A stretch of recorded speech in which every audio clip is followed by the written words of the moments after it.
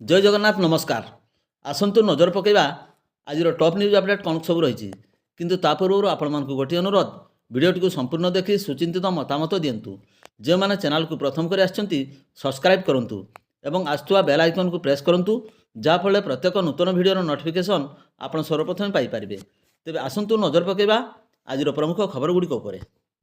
आज प्रथम खबर मयूरभंज जिला राजगंजपुर रेंज अंचल एक काठ बोझे ट्रक दुर्घटनाग्रस्त होती।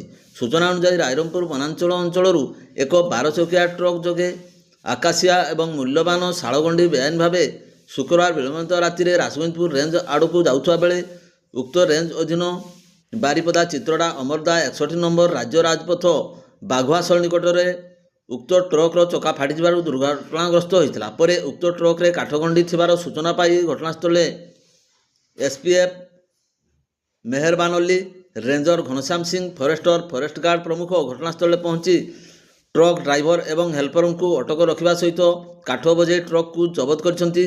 तेबे आकाशिया काठर अनुमति थिबा बेले ट्राक्टर शाल गंडी मध्य अछि। एसबु अनुमानिक मूल्य 4 लाख टंकार ऊर्ध्व बोली जना।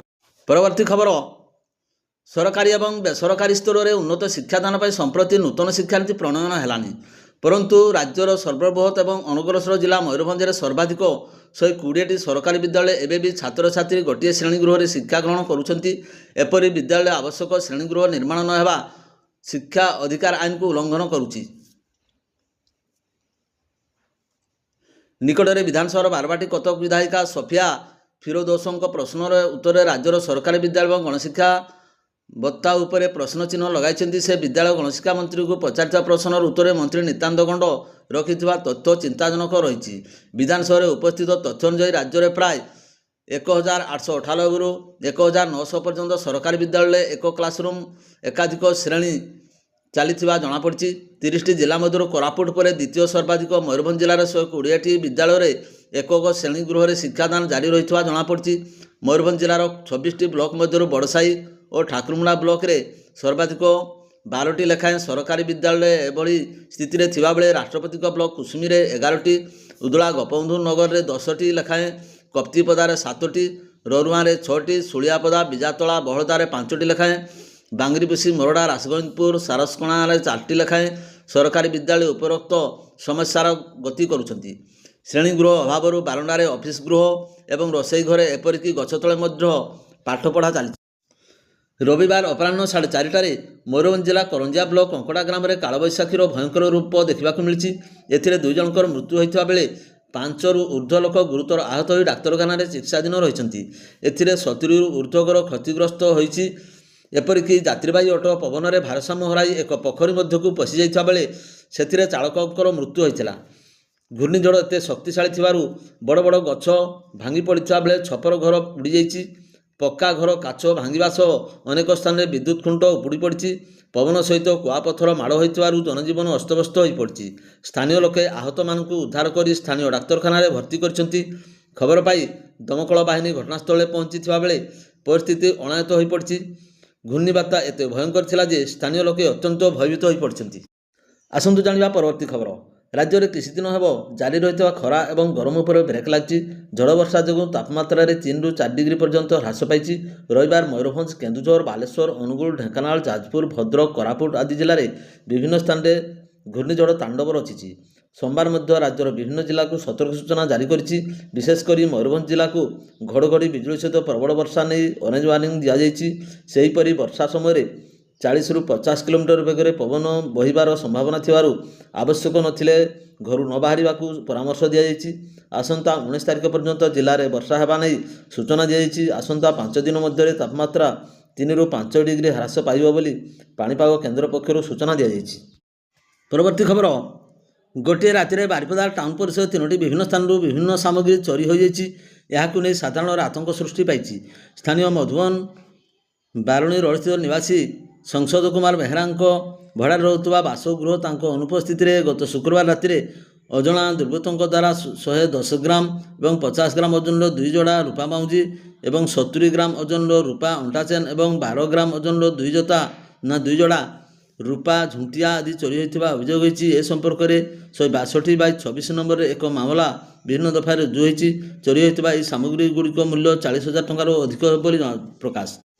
ସ୍ଥାନୀୟ ବାରିପଦା ସଦର ମହକୁମା ଡାକ୍ତରଖାନା ସମ୍ମୁଖରେ ଥିବା ଏକ ତାଲାବନ୍ଦ ଦୋକାନ ଗୃହରୁ ପଛପଟୁ ଗତ ଶୁକ୍ରବାର ରାତିରେ ଭଙ୍ଗାଯାଇ ଗୋଟିଏ ସିଲିଣ୍ଡର, 120ଟି ପ୍ଲାଷ୍ଟିକ୍ ବାଲ୍ଟି, ବିଭିନ୍ନ ଓଜନର ଥିବା 20-25ଟି ହର୍ଲିକ୍ସ ବୋତଲ, ବିସ୍କୁଟ, ତେଲ, ସାବୁନ ଆଦି ସମେତ ପ୍ଲାଷ୍ଟିକ୍ ଖେଳନା ଏବଂ ବିଭିନ୍ନ ସାମଗ୍ରୀ ଚୋରି ହୋଇଯାଇଛି।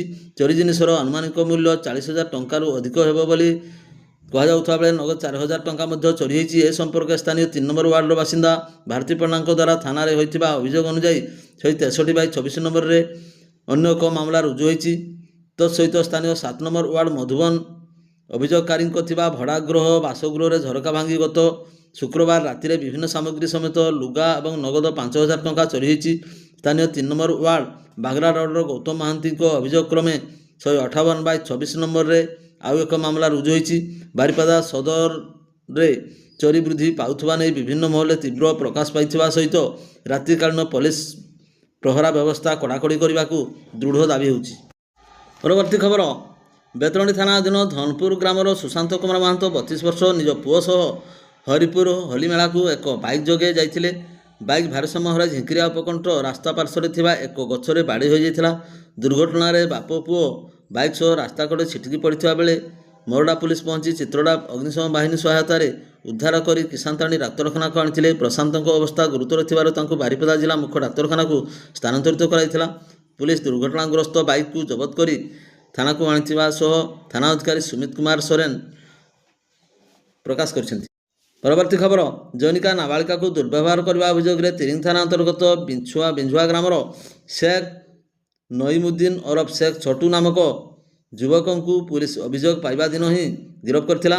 ଶନିବାର ଦିନ ଅଭିଯୁକ୍ତ ଯୁବକର ଡାକ୍ତରୀ ପରୀକ୍ଷା ପରେ ତାକୁ ବାରିପଦାସ୍ଥିତ ପସ୍କୋ କୋର୍ଟକୁ ଚାଲାଣ କରାଯାଇଛି। ଏନେଇ ତିରିଙ୍ଗ ଥାନାରେ କେସ୍ ନମ୍ବର 35/24 ମୂଳେ ବିଭିନ୍ନ ଦଫାରେ ମାମଲା ରୁଜୁ ହୋଇଥିବା ଜଣାଯାଇଛି। ପରବର୍ତ୍ତୀ ଖବର, ବିଷୋଇ ରେଞ୍ଜ ଅନ୍ତର୍ଗତ ବାଙ୍ଗିରିପୋଷି ବ୍ଲକ ନିଶିତା ପଞ୍ଚାୟତ ଶିରାସାହି ଗ୍ରାମ ନିକଟରେ ଲାଗିଥିବା ଜଙ୍ଗଲରେ ଥିବା ଶାଳ, ଅସନ ଆଦି ଗଛକୁ କାଟି କାଠ ମାଫିଆ ଚୋରାଚାଲାଣ କରୁଛନ୍ତି। ଗ୍ରାମବାସୀମାନେ ଜଙ୍ଗଲ ଦାୟିତ୍ୱରେ ଥିବା ବନରକ୍ଷୀଙ୍କୁ ଅବଗତ କରାଇଥିଲେ ମଧ୍ୟ କୌଣସି କାର୍ଯ୍ୟାନୁଷ୍ଠାନ ଗ୍ରହଣ କରାଯାଉନଥିବା ନେଇ ଗ୍ରାମବାସୀ ଅଭିଯୋଗ କରିଛନ୍ତି।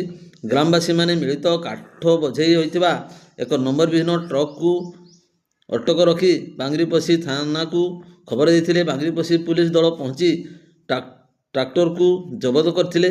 ବନ ବିଭାଗର ଅଧିକାରୀମାନେ ଏଭଳି ଦାୟିତ୍ୱହୀନ କାର୍ଯ୍ୟ ପାଇଁ ଜଙ୍ଗଲ ସବୁ ସଫା ହେବାକୁ ବସିଲାଣି ବୋଲି ଅଞ୍ଚଳବାସୀ ଦାବି କରିଛନ୍ତି।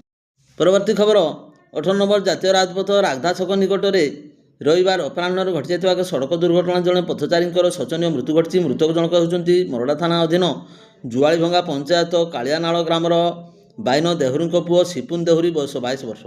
ସୂଚନା ମୁତାବକ ସିପୁନ ନିଜର ପିଉସା ଘର ବେତନଟୀ ଥାନା କୃଷ୍ଣଚନ୍ଦ୍ରପୁର ଫାଣ୍ଡି ଅଧୀନ ଜାମଶଳ ଗ୍ରାମକୁ ଅଙ୍କୁର ଦେହୁରୀଙ୍କ ଘରକୁ ଆସିଥିଲେ।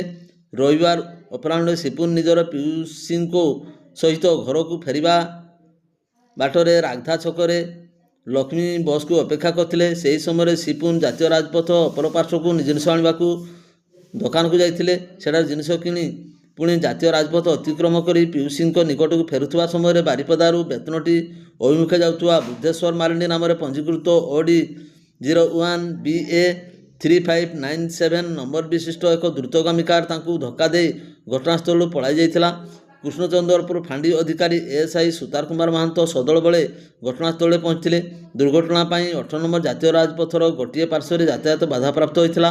ବେତନଟୀ ଥାନା ASI ମଦନ ମୋହନ ପରିଡ଼ା ଦୁର୍ଘଟଣାରେ ସ୍ଥଳରେ ପହଞ୍ଚିଥିଲେ। କାଳବୈଶାଖୀ ପ୍ରଭାବରେ ପ୍ରବଳ ବର୍ଷା ପାଇଁ ମୃତଦେହ ଉଠାଇବାରେ ସାମାନ୍ୟ ବିଳମ୍ବ ହୋଇଥିଲା।